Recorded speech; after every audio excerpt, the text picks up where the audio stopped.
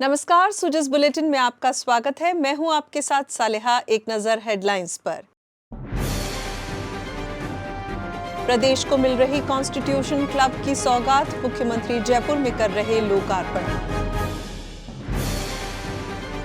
जोधपुर के police training school में होंगे विभिन्न निर्माण कार्य, मुख्यमंत्री ने दी 10 करोड़ 84 लाख रुपए की मंजूरी। राजस्थान में मिनी इजराइल की संकल्पना हो रही साकार, उन्नत तकनीक से किसानों को मिल रहा फायदा। मुख्यमंत्री श्री अशोक गहलोत आज प्रदेश को कॉन्स्टिट्यूशन क्लब ऑफ राजस्थान की सौगात दे रहे हैं। राजस्थान आवासन मंडल की ओर से दिल्ली की तर्ज पर बने इस क्लब का आज लोकार्पण किया जा रहा है। आपको बता दें कि मुख्यमंत्री ने फरवरी 2022 में इसके निर्माण कार्य का शिलान्यास किया। पक्ष और विपक्ष के विधायकों में सद्भाव की भावना स्थायी रूप से बनी रहे, इसी सोच के साथ इसका निर्माण किया गया है। कॉन्स्टिट्यूशन क्लब का निर्माण विभिन्न आधुनिक सुविधाओं के साथ किया गया है। 5 मंजिला इस इमारत में restaurant, coffee house, swimming pool, auditorium, conference hall, gym, saloon, indoor outdoor games और गेस्ट हाउस सहित कई सुविधाएं उपलब्ध है। जोधपुर के पुलिस ट्रेनिंग स्कूल में विभिन्न निर्माण कार्य होंगे। मुख्यमंत्री ने इसके लिए 10 करोड़ 84 लाख रुपए की राशि मंजूर की है। इस ट्रेनिंग स्कूल की प्रशिक्षण क्षमता भी 500 से बढ़ाकर 1000 करने की स्वीकृति दी गई है। स्कूल में पानी, बिजली के कनेक्शन, क्लासरूम्स निर्माण और फर्नीचर खरीद के साथ कई अन्य काम करवाए जाएंगे।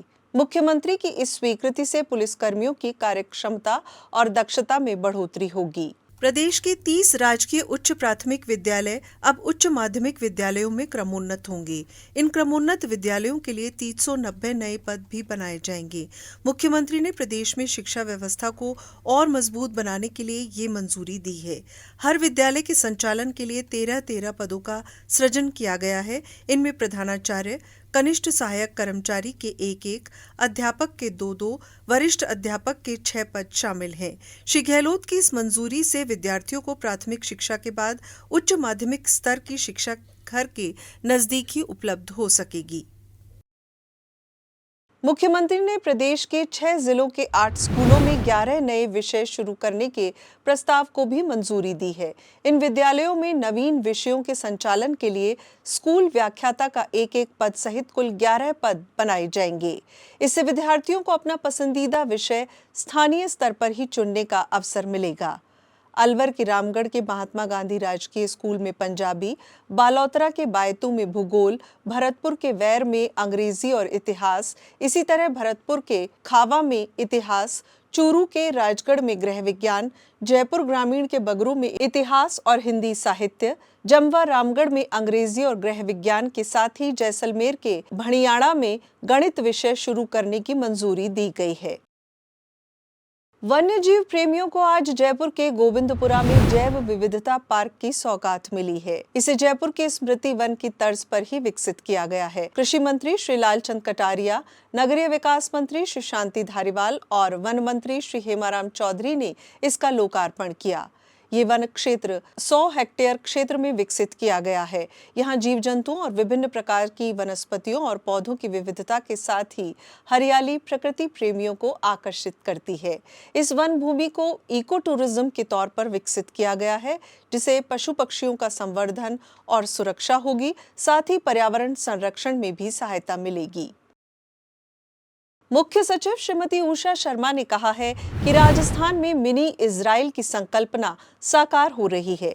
उन्होंने कहा कि राजस्थान और इजराइल की जलवायु एक जैसी है, इसी कारण कृषि तकनीक में कई समानताएं हैं। श्रीमती शर्मा ने सचिवालय में इजरायली राजदूत श्री नाओर गिलोन से मुलाकात की। इस दौरान उन्होंने ये बात कही। उन्होंने कहा कि राजस्थान में कृषि की उन्नत तकनीक का उपयोग कर कृषकों द्वारा अधिक मुनाफा कमाया जा रहा है।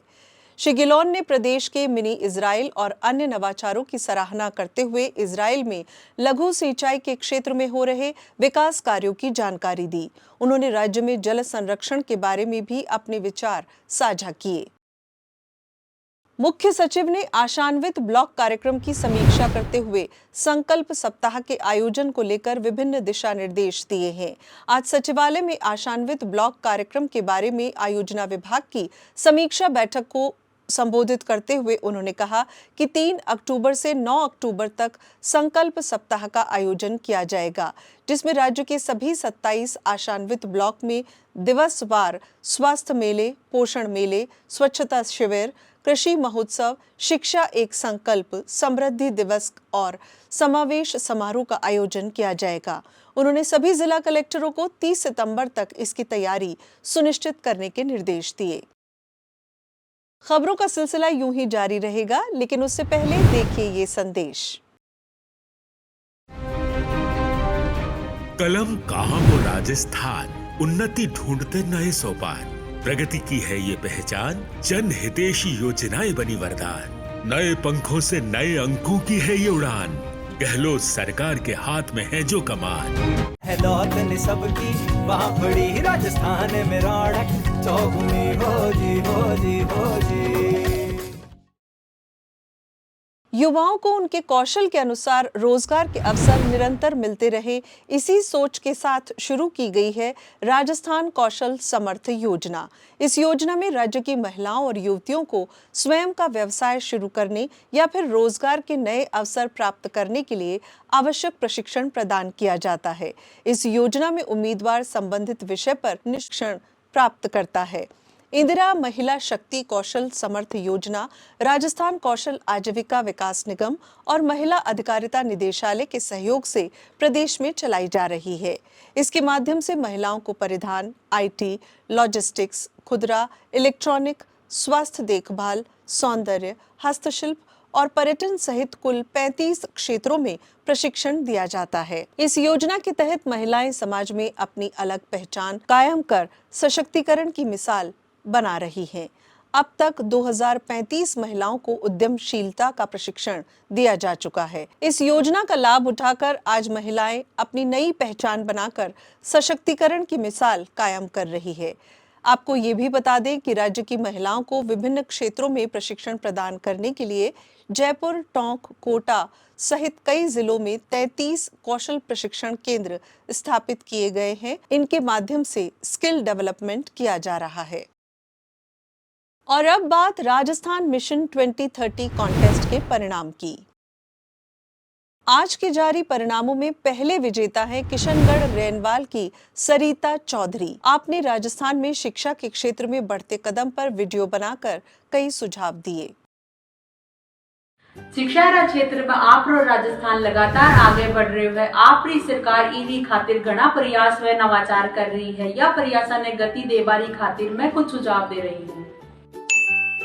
होवे सरकारी स्कूलों में सुविधाएं, भवनालय, रंग रोगन, साफ सफाई, चित्रा सुसज्जित होवे, छोटा बच्चा रा रूम तो बढ़सी नामांकन पर छात्र बढ़सी राजस्थान।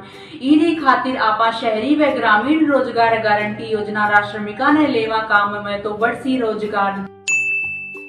टीचर्स में करी जाए टीचिंग स्किल्स डेवलप व टीचिंग लर्निंग हेतु करे जाए मोटिवेट।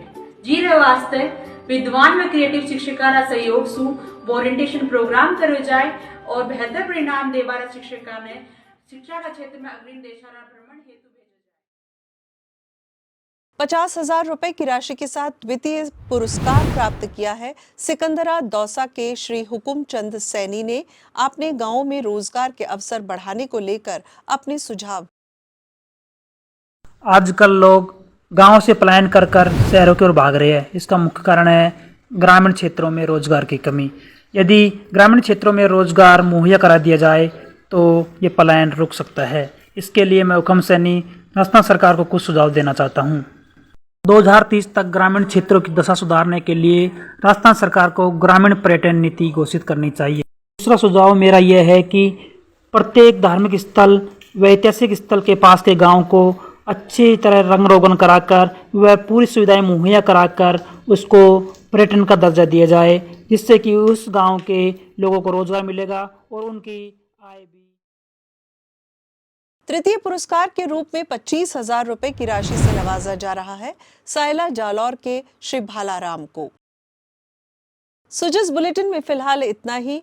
फिर होगी आपसे मुलाकात। तब तक के लिए नमस्कार।